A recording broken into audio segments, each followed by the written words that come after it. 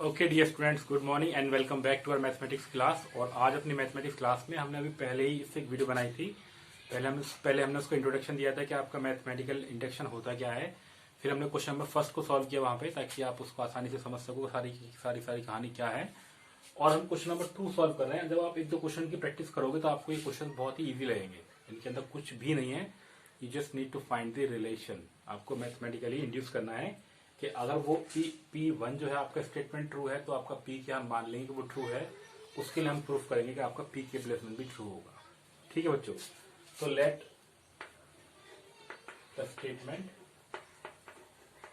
क्या मान लिया हमने स्टेटमेंट को, स्टेटमेंट Pn मान लिया। क्या मान लिया आपका Pn, जहां पे n जो है वो आपका कोई भी नेचुरल नंबर है। ठीक है बच्चों, ये आपको दे रखा है यहाँ पे। तो हम यहाँ पे प्रूफ करते हैं पहले P1। तो P1 देखें आपका क्या है, 1 का क्यूब है। अगर हम यहाँ पे देखें तो कितना हो जाएगा आपका राइट साइड में 1 प्लस 1 अपॉन 2 का क्यूब। ठीक है बच्चों, तो 1 प्लस 1 कितना है 2, और 2 अपॉन 2 का आपका स्क्वायर है ये, तो कितना आ जाएगा आपका 1, यानी कि 1 ही आ गया। ठीक है बच्चों, इसका मतलब ये P1 पे ट्रू है। इसका मतलब ये P1 पे ट्रू है। तो let Pk is also true. हम कितना लिख के छोड़ते हैं, Pk इज ऑल्सो ट्रू। अगर एक Pk पे भी ट्रू होगा, इसका मतलब क्या हो जाएगा आपका 1 का क्यूब, 2 का क्यूब प्लस 3 का क्यूब, और डेट क्या हो जाएगा आपका k क्यूब। ये भी आपका ट्रू होगा। क्या होगा ये आपका ट्रू होगा, k प्लस 1 अपॉन 2 और पूरे का स्क्वायर, यानी कि ये इसके लिए ट्रू होगा। ठीक है, तो P प्लस के लिए भी ट्रू होगा, यानी ये स्टेटमेंट आपका ट्रू हो जाएगा P के लिए।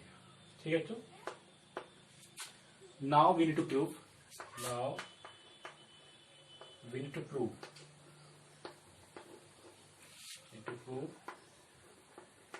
दैट P के, क्या हमें प्रूव करना है कि P plus 1 is also true.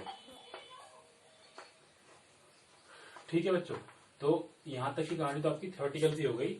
अब हम आते हैं अब काम की चीज पे। काम की चीज क्या है कि हम इस साइड को लिख लेते हैं। यहाँ पे ये आपका क्या है, 1 की क्यूब है, 2 की क्यूब है, 3 की क्यूब है, और डेटा क्या आपका ये k की क्यूब है।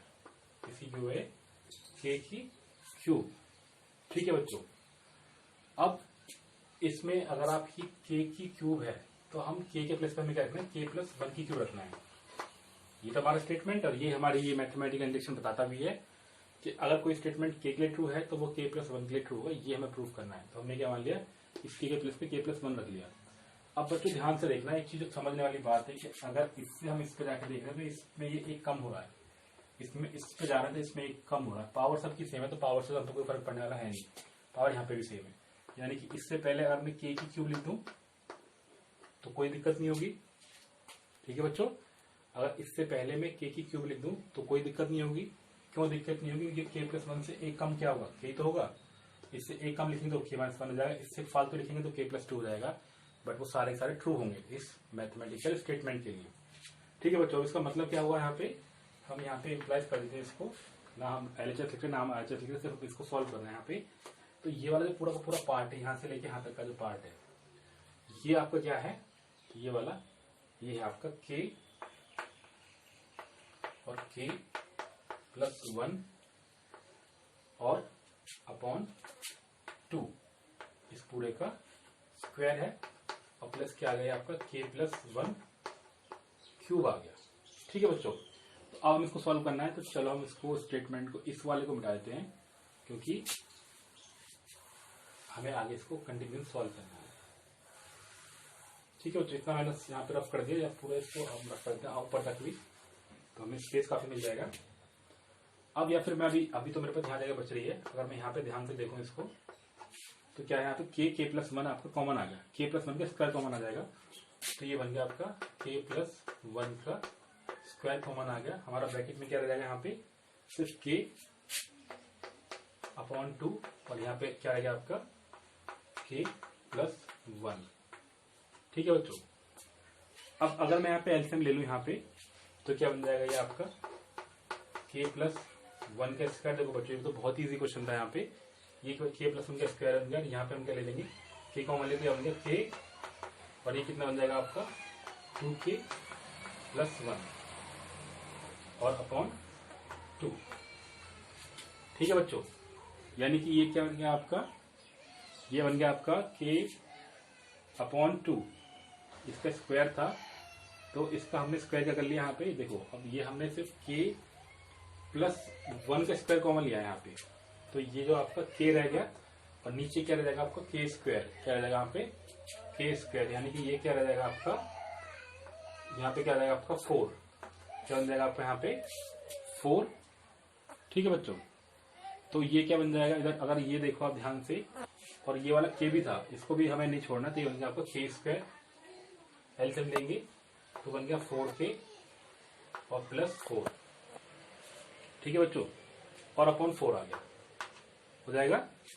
बताओ यहाँ तक कोई दिक्कत तो नहीं है, यानी कि अब ध्यान से देखो तो ये k प्लस 1 का स्क्वायर होगा, ये k square 4k plus 4 upon 4 आ गया। इस स्टेट को अगर स्टेटमेंट को मैं सही तरीके से लिखना चाहूँ तो मैं लिखूंगा यहाँ पे k प्लस 1 का स्क्वायर, और ये क्या बन गया आपका k प्लस 2 का स्क्वायर अपॉन 4। अब देखो सारी की सारी चीजें जो स्क्वायर में आ रही हैं, तो मैं लिखूंगा यहाँ पे k plus 1, k plus 1 plus 1 और अपॉन 2, इस पूरे का स्क्वायर।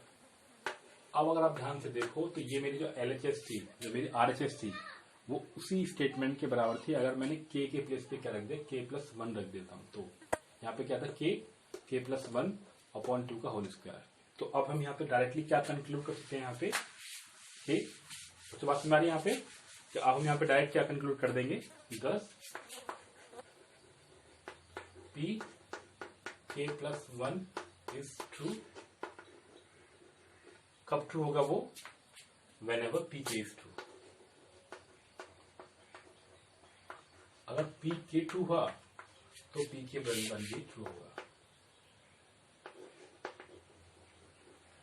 ठीक है बच्चों, so by the principle of mathematical induction statement P N is true for all natural number. जो हमारा स्टेटमेंट में प्रूव करना था, जो हमने शुरू में लिखा था, उसको हम यहाँ पे लिख सकते हैं। बच्चों बात में आ गई।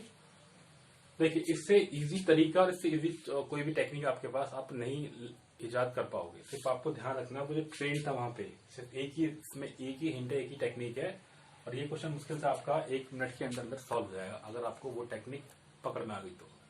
वो क्या थी वो देखिए यहाँ पर, ये 1 है प्लस 2 है प्लस 3 है और डैश ये n है। क्या ये आपका n है। तो अगर मैं इसके लिए पी के प्लस 1 लिखूंगा तो मैं दिख रहा हूं कि मुझे यहाँ से एक नंबर पीछे जा रहा है यहाँ पे। तो मेरा क्या जाएगा, अगर मैं यहाँ पे पी के लिखूं, है ना, तो मेरे पास में क्या जाएगा पी 1 प्लस 2 प्लस 3, तो ये क्या आ गया।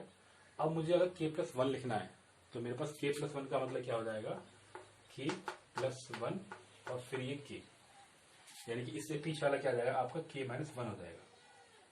के प्लस, अगर ये के प्लस 1 है तो ये के आ गया। बच्चों बात समझ आ रही है कि अगर ये के है तो इससे पीछे वाला जो टर्म आएगा वो क्या हो जाएगा आपका के, और इससे पीछे वाला टर्म जो आ जाएगा वो आ जाएगा के माइनस 1। अगर ये बात आपको समझ में आ गई तो मैथमेटिकल इंडक्शन में कुछ भी नहीं बचता, आपको इसी के बेसिस पे सारी कहानी को सॉल्व करना होता है। और बच्चों आई होप आपको ये समझ में आ गया होगा, और अगर आपको ये समझ में आ गया हो और वीडियो अच्छी लग रही है तो please don't forget to like, share and subscribe channel.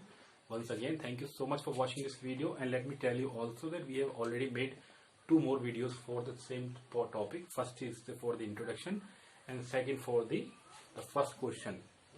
So by going through these 2 videos, you will be able to solve these type of questions very easily. Okay, once again bachcho, thank you so much for watching this video. Enjoy your day. Bye bye for now.